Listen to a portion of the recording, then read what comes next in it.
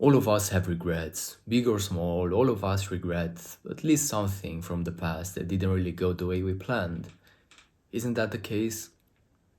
Well, in my unpopular opinion at least, we should not live life like that, because a life of regrets is no life at all.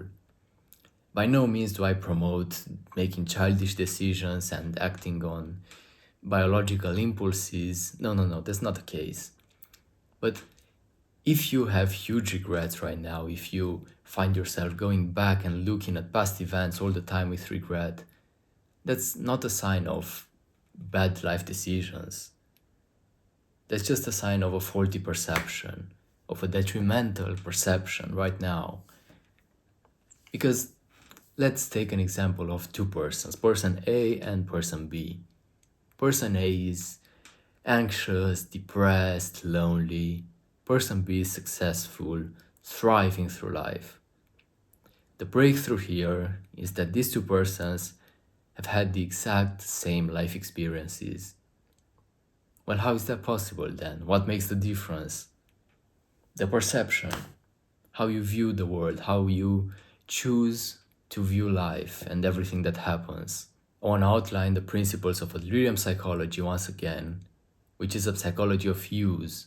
What it outlines is that you have to understand that you have a set of characteristics, of traits, of things in your life, and you can use them properly.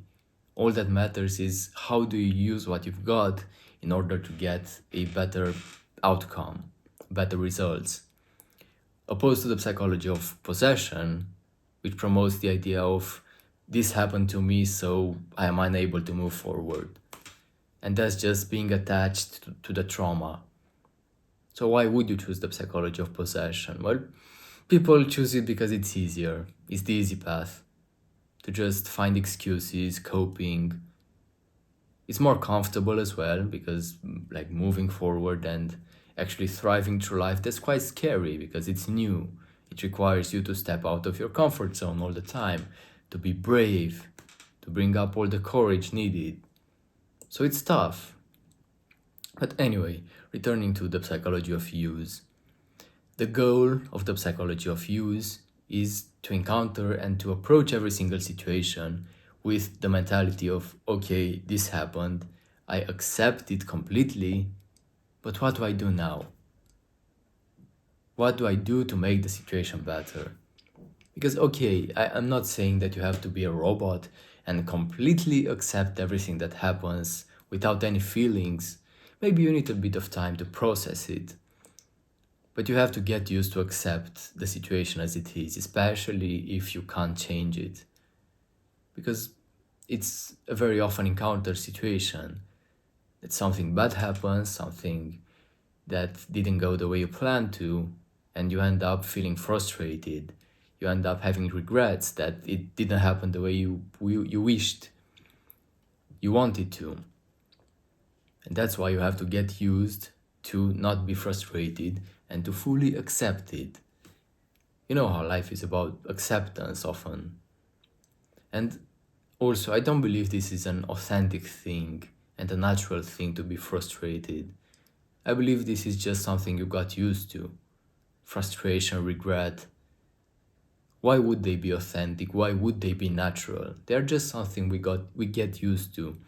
And in the same way we got used to be like this, we can get used to not be like this and to actually accept what happens and to view the situation with this perception. What do I do now? That's all that matters. Otherwise, you are bound to have regrets. So use what you've got in the best possible way. Because let's say you have to fight someone, you have a target to hit, and you have a sword. How do people hold a sword? How is a sword being held normally? Well, by the handle, and you just swing it back and forth. What if you just hold it by the top and you try hitting the target with the handle? Like you would get caught and it would be quite messy, bloody, not efficient whatsoever. So that's why it's very, very important to use what you've got properly. If you don't make use of it properly, you get caught and you approach life from a very detrimental and inefficient perspective. Another important principle of Adlerian psychology is teleology, which is the opposite of etiology, basically. Let's dive into this.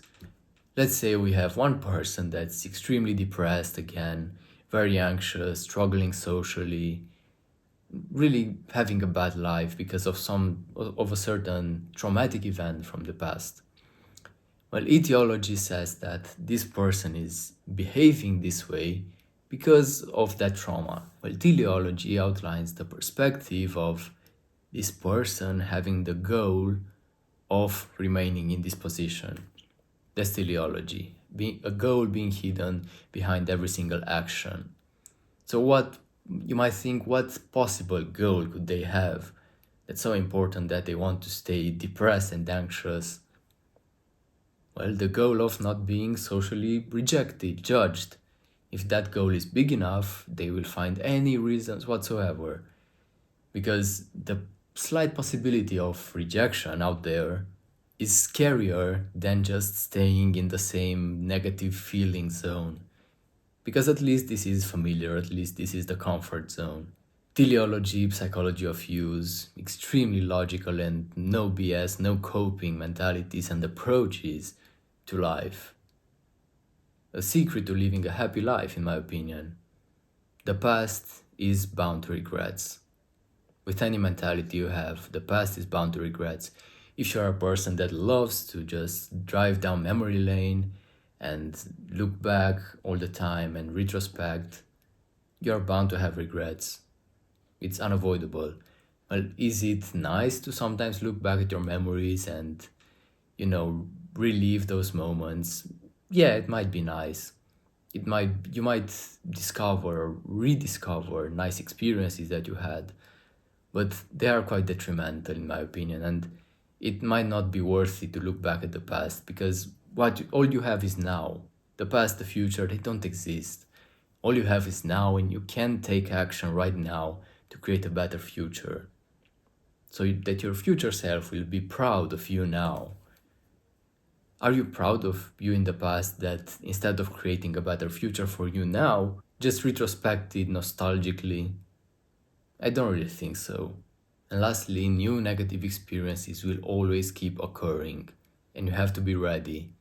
Because if you are very reactive all the time, if you are reactive to every single new situation, new negative thing that happens in life, well, you have no control over yourself then. You, as a possessor of a soul and a body, you have the responsibility to take care of it and to not be reactive, to be proactive. Now again, that sometimes you have to be reactive for a short period of time to process what's happening.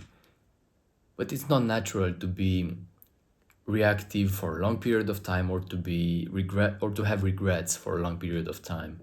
These are the main issues here. These are impediments towards truly living a fulfilling life. You cannot change the past. That's a fact. It's untouchable. You've only got what you've got now, so make the best of it.